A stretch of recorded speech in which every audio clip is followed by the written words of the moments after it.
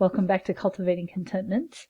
We are on week 10, day 2. Our topic this week is even if. Our scripture verse today comes from Isaiah 41:10, and it is, "Don't be afraid, for I am with you. Don't be discouraged, for I am your God. I will strengthen you and help you. I will hold you up with my victorious right hand." And our quote today comes from Sheila Walsh. "It is easy to believe that God can use our lives when we see immediate results, when positive feedback encourages us to press on.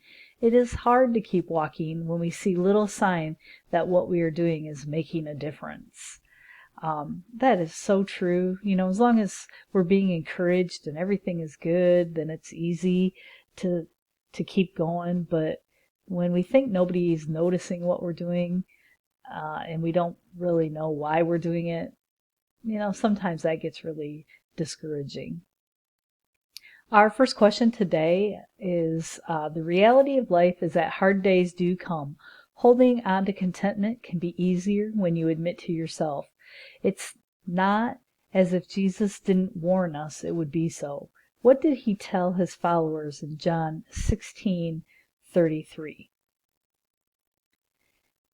And question 4, in 1 Peter 4:12 and 13, how does Peter say we should react when trials come? So I look forward to your responses. Stay safe, stay healthy.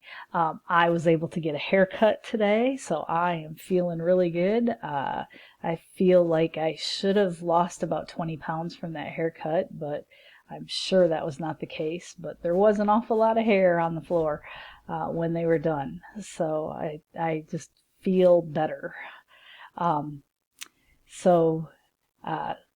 Again, stay safe, stay healthy, and I will talk to you tomorrow, and blessings to you and your family.